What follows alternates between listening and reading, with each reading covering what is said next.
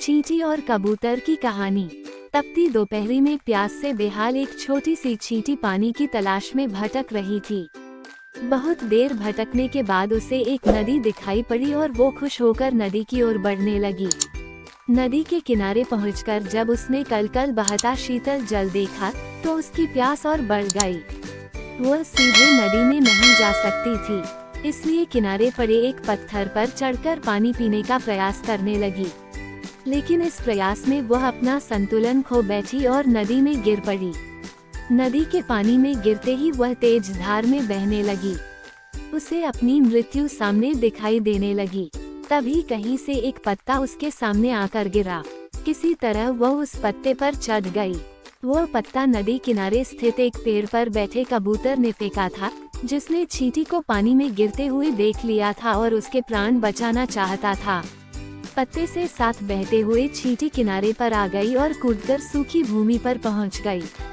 कबूतर के निस्वार्थ भाव से की गई सहायता के कारण चींटी की जान बच पाई थी। वह मन ही मन उसका धन्यवाद करने लगी। इस घटना को कुछ ही दिन बीते थे कि एक दिन कबूतर बहेलिये के द्वारा बिछाए जाल में फंस गया।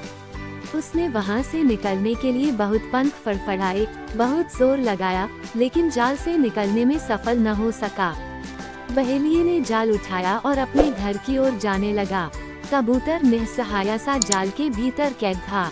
जब चींटी की दृष्टि जाल में फंसे कबूतर पर पड़ी तो उसे वह दिन स्मरण हो आया जब कबूतर ने उसके प्राणों की रक्षा की थी। चींटी तुरंत बहेलिये के पास पहुंची और उसके पैर पर जोर जोर से काटने लगी। बहेलिया दर्द से छटपटाने लगा।